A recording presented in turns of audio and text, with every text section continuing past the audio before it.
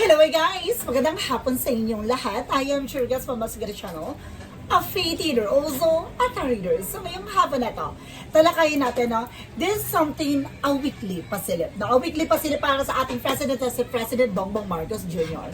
So dahil gusto nila tong mga bagay na inahahain natin, no? Gusto nilang malaman yung mga bagay na maaaring maganap at the same time, para maging gabay sa kanya, na para malaman din ng mga ating subscriber and followers, no? Yung mga bagay na maaaring malaman nila, no? Na possible na maaaring mangyari at maganap. No? Dahil marami nakasubaybay at maraming mga nagtatanong at kumaga nangungulit, no? Gawa ng bihira tayo makapag-upload, no, this past few months, no? And of course, at the same time, mag-upload din tayo ng mga horoscope. Abangan nyo, mamaya, i-upload na natin yan.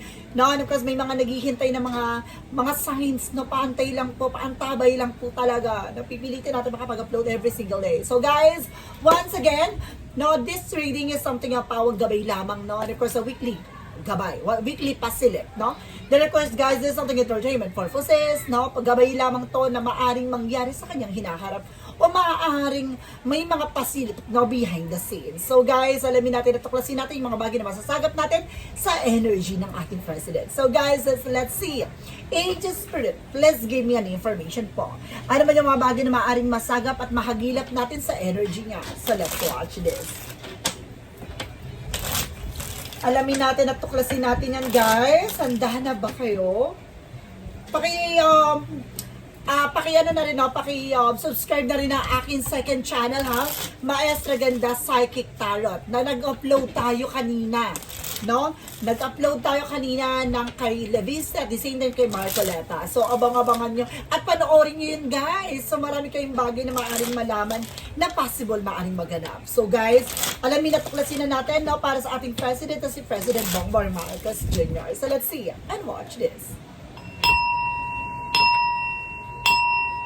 Angel Spirit, plus give me an information po. Ano kayang gusto sabihin ng ating mga baraha?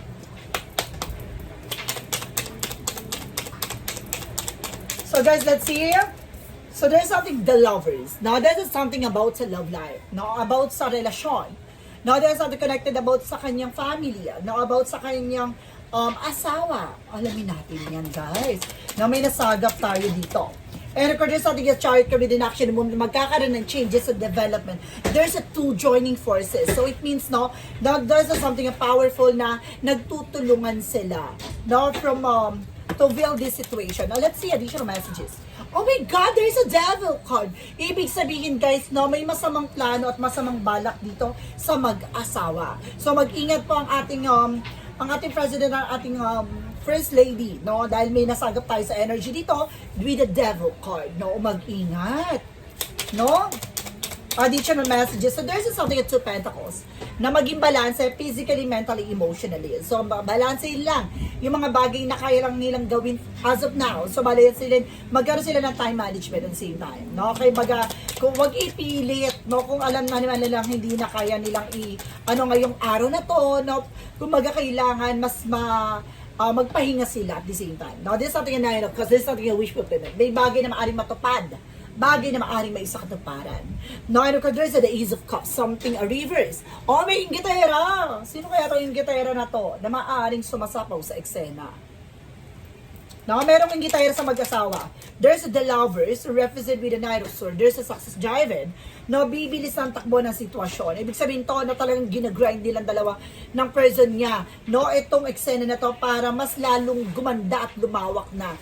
No, ang mga bagay na maaaring maging maganda ang improvement na ating bansa. What is the Chariot card? No? There's something in the Eight of Pentacles. There's something in work. No? Meron ditong bagay na maaaring magkaroon ng development, especially sa kanilang tinatrabaho, sa kanilang trabaho, no? Sa kanilang ginagawa.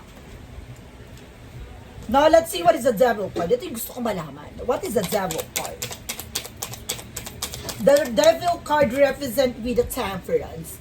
There's a divine intervention with the Temperance na paalala kumbaga kailangan nilang mag-pay attention. The temperance is something patient. So kailangan nilang kumalma rin at the same time. Maging balanse. Na nakita niyo yan something na parang merong nagsasali ng inumin. So mag-ingat din, no? Pinapaalalahanan na mag-ingat sa pagtanggap ng mga inumin. Mas maganda yung kumbaga silyado, no? Ang kanilang iinumin. Now with the 2 pentacles, represent what? Now, there's something na magician for manifestation. May mga bagay na unti-unti din na mga manifest na maging balance lang. Now, sa mga bagay na gusto nilang gawin. Yung gusto nila maisakatuparan. What is the Knight of Cups?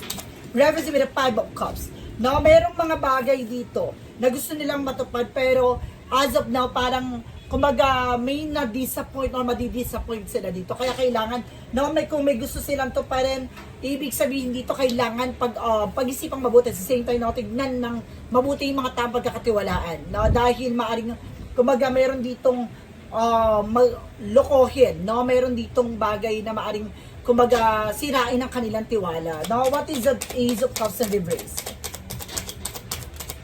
There is a Hermit card, no, spiritual awakening. So, bagay na maaaring magbigay liwanag sa madilim na parte ng sitwasyon. With the Ace of Cups, ito naiingit na to, no, na maaaring nagbubulag-bulagan. No, may magbibigay liwanag. No, magbibigay kasagutan sa sa eksena na to. Ang taong to na may kinalaman dito ay maaaring sobrang inggit. What is the Lovers? And because the Knight of Swords.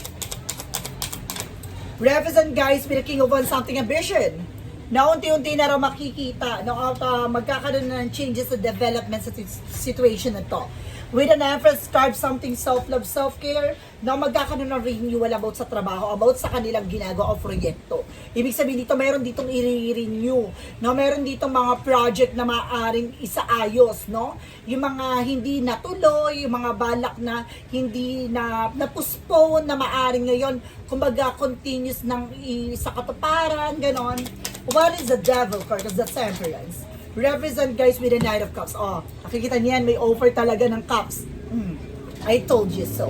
Talagang mag-ingat ang ating president with the Devil card, with the Temperance, na parang may salin, no? May salin with the Knight of Cups. Hanggang sa makarating sa kanya, ang peke, or something na merong eksenang inumin, or pagkain na hindi dapat inumin, or kainin. So, kailangan maging aware ang ating president ang ating first lady sa pagtanggap ng mga pagkain.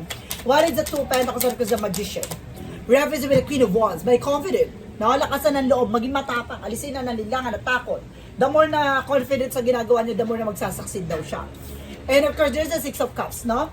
Meron ditong past situation, it's something familiarity. No? Kamag-anak, kaibigan na maaring magsisi. Dahil merong matutupad na mapangarap, o may mga matutupad na plano, no? There's a wish fulfillment, no? Itong tao na to magsisisi at manghihinayang to. Yung kaibigan, kamag-anak, malapit sa kanya na maaaring sumisira ng eksena niya. What is Ace of Cups that occurs the reverse with a Hermit card? Represent, guys, with a 3 of Pentacles. So this is something collaboration. Na ibig sabihin dito, meron ditong kumagaing gitarang nakikipag-usap, no? Na para planuhin na siraan tong eksena to. Pero at the same time, guys, meron ditong liliwanag o lilitaw. No? Malalaman agad. No? Ibig sabihin, hindi matutuloy. Now, with the Lovers of the Knight of Swords, the King of Wands, so represent with the 5 of Swords. No? Meron dito, no? Na maaaring kumagagisay sa sariling mantika. May nasense ako dito. No? Merong lalaki na maaaring gigisayin sa sariling mantika. Na makikita to. Na maaaring meron ditong bagay na maaaring matuklasan. What is additional messages with a chart? There's something, guys, with a Page of Wands. So there's something and movement and changes. An information. Merong kumbaga paggalaw ng sitwasyon na may malalaman o may impormasyon na paparating. So let's see what is additional messages. And there's a Death card. Ay! Oh, kita niyo yan, ha? With a Devil card. There's a Temperance na may salin na papainumin na kakaiba. Na itong offer na to ay mayroong masamang plano, na yun nga yung pagkain o inumin, and there's a Death card. Like, pinapaplanuhan silang syagiin, no? Alam nyo na, guys. So, naway, maging gabay ito, no? Ito ay gabay lamang. So, kaya kailangan, kumbaga, kumbaga mas maganda, no, na makarating to sa ating president at the same time para maging aware siya, no, sa mga kanyang iinumin, sa kanyang kakainin, ganun. What is the two pentacles? Because the magician is the queen of wands. Represent, guys, with a page of swords. There's something curiosity, or there's something an information. May kumukuha information dito sa kanya, na para siraan niya yung mga plano niya, yung mga bagay na gusto niyang gawin para isabotage. Ganon. Kaya nagkakaroon ng economic sabotage siya. No? Kumaga mayroon ditong, kumaga sinisiraan siya ang kanyang position, ang kanyang sitwasyon para may mga investors na tumiwalag or parang hindi matuloy. No? Para magkaroon sila alinlangan. Ganon. Additional messages. No? Pero hindi natupad yon. No? Nakita niyo to with a video portion, the Three of Cups. No? Ibig sabihin na to, guys, no, etong familiarity na maaring magsisi, na maaring manghinayang sa kanyang ginawa, no, na maaring magkaroon siya ng disappointment sa plano niya dahil na isa katuparan na ang plano, no, na isa katuparan na anumang proyekto o project ng ating president dahil this something turning point. Iikot ang kapalaran. No, there's a Three of Cups. May tatlong babaeng involved. Ibig sabihin nito, no, etong tao na tong malapit sa kanya or isa sa maaring kamag-anak niya ay itong konektado sa tatlong babae. Ibig sabihin baka isa siya sa tinataguri ang tatlong babae, no? Baka sabihin na natin sa madaling salita, itong tatlong babae na to, pangalan na anohan natin ng screen name or something na Powerpuff Girls. Ganon! Kumbaga itong Powerpuff Girls na to, tatlong tao na to, ay maaaring manghinayang sila kasi hindi na tapad ang kanilang masamang plano. Diba? What is additional messages? Now, additional messages, this is something a justice card. Oh, Justicia. Now, this is something a balance. No? Kung sinasabi na Hermit card, something na spiritual awakening, spiritual journey. So, lahat ng bagay na to, no? Lahat ng bagay, itong taong naiinggit na to, lilitaw at lilinaw yan. Makikilala kanya pagkakilanlan. Ano man yung plano nila, there's something karma and bounce back. No, may justisyang paparating. So, it means, guys, no, talagang bagay na maaring maganap. Ang matagal na nating nakikita at nasisilayan sa sariling na ating president na makikilala na ang pagkakakilanlan ng taong inggitera at taong gumagawa ng eksena para sabutayihin ang kinamihan ng bansa at the same time ng mga eksena na to na ginagawa ng ating president. Makikilala na siya. Sino kaya tong tao na to? Antayin natin yan. Tabayanan natin yan, guys. So guys, let's see what is additional messages. No, paulit-ulit nun ang tanong, no, ng ating mga viewers. Na paulit-ulit din tayo nagtatanong sa ating gabay, no, kung bababa sa pwesto at mapapatalisik ba sa pwesto ang ating president. Let's see.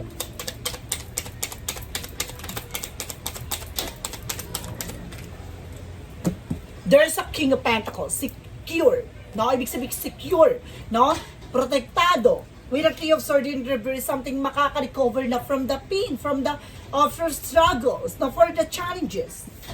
Pero there's something for sword. Kaya siya tina-target for health, no, para magkaroon ng kumbaga hindi fit, no, na manungkulan pa. Parang gano'n, kaya ginagawan siya sa kalusugan. So, yun yung sinasabi dito. Kaya nila ginagawa na siraan na may ganito si ganyan, ang ating president may sakit sa ganito, ganyan. Kasi gusto nilang ma-attract or mangyari sa ating president yung ganong karamdaman. So, guys, keep praying, ha? Kasi, kumbaga, maraming mga gumagawa ng black magic, no, against ating president. This is something attack talaga, spiritual attack talaga.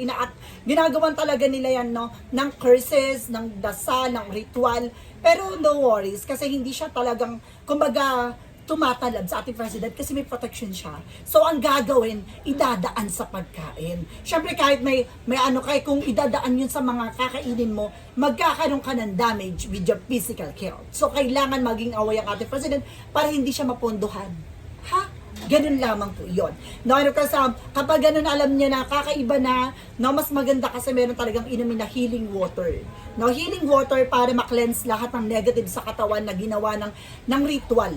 No? once na yung mababasag na yon, maiihi niya na yon, so there's a possible na mag-bounce back doon sa gumawa. Ganun lamang yon.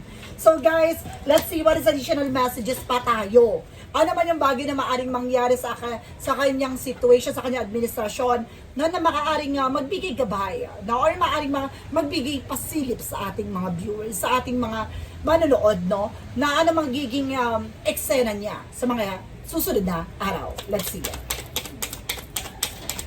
Oh, there is a Five of Pentacles in reverse.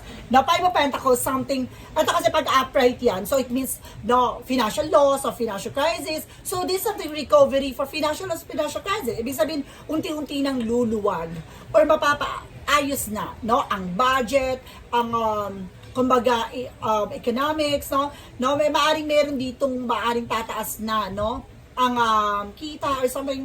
And there's the King of Cups, very devoted siya sa kanyang ginagawa at pilit niyang pinuputol, no, yung mga bagay na maling nakasanayan o lason sa administrasyon. So meron talagang bagay na mas nagiging wise ang ating president, no, na para maisakatuparan lahat ng plano niya. At mayroong bagay na maaring matuklasan about sa nangyaring flood control issues.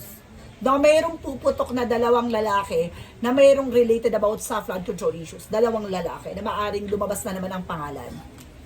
Now, let's see what is additional messages tayo with an angel spirit. So guys, paki-watch na yung videos na nasa second channel natin yun. No, alam nyo na. May mga upload din tayo dun, guys. There is a Knight of Wands, something perseverance. So may mga bagay na patuloy niyang ginagawa, na talaga nagtsatsaga siya. With a Nine of Pentacles, there's something, a potential for abundance. Alam niya na may potential ang ating bansa para maging malago, maging masagana.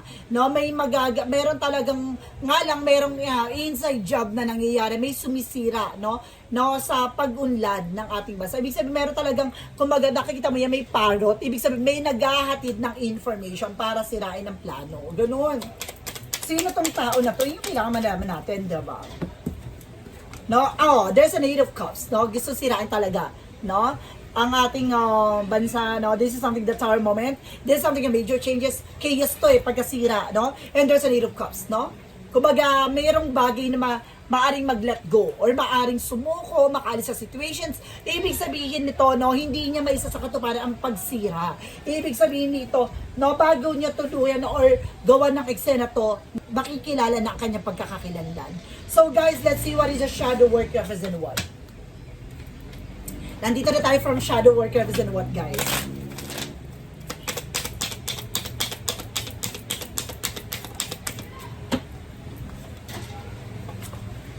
From shadow dance, no? And there's a fluidity and movement and open. When you move shadow, you discover your rhythm. Na sa bawat paggalaw niya, dito niya makikita yung mga bagay na akala niya hindi niya kayang gawin. Yun pala yung magbibigay kalakasan sa kanya. No, marami siyang bagay na parang kinakatakutan, mga bagay na ayaw mangyari, pero yun pala yung bibigay kalakasan sa kanya. No? So let's see what is the clarifying for a life situation.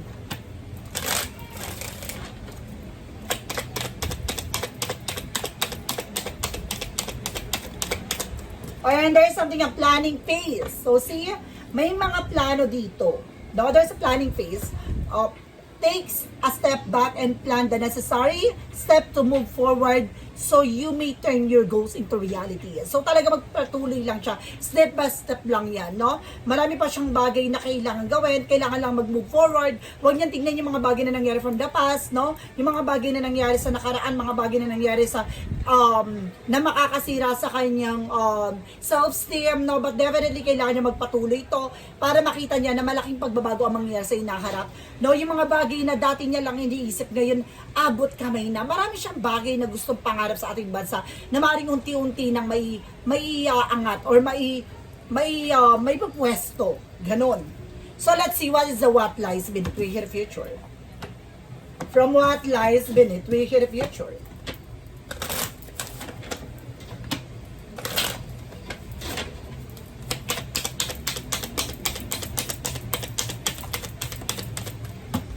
Oh, there's a fake apology. Meron talagang hihingi ng tawa dito sa ating president. Mag-ingat ang ating president. There's a fake apology. And there's something in expecting a new beginning. Mag-expect siya na may bagong simula at panibagong eksena para sa kanya. Na wag siyang mangamba, wag siyang matakot dahil may mga bagay na nakalaan dito. Etong fake apology ito, mag-ingat siya kasi nagbabalat kayo. Diba? Hindi totoo ang kanyang walang sincerity, no, ang kanyang apology. So guys, once again, this is something a weekly pasilip. Now, a weekly pasilip na para sa ating President, si President Bongbong Marcos Jr. The request, guys, once again, this reading is something pawang gabay, ha? This is something to him and for President. At the same time, don't forget to like and subscribe my channel and hit the bell for more videos update. The request, guys, pakisubscribe na rin po ang aking second channel na Mesa Ganda Psychic Tarot. At the same time, don't forget to like and subscribe my channel and hit the bell for more videos update. Because maraming salamat po sa mga walang sawang mag-support sa aking channel, lalong-lalo na ang skip ng ads. Then of course, please comment down below kung sino yung gusto nyo pang iparead, gusto nyo pang malaman, basta public servant. No? Basta, kumbaga, yung pwede natin i-reading talaga. No? Then of course, guys, maraming salamat po and see you the next video. Bye-bye and babush.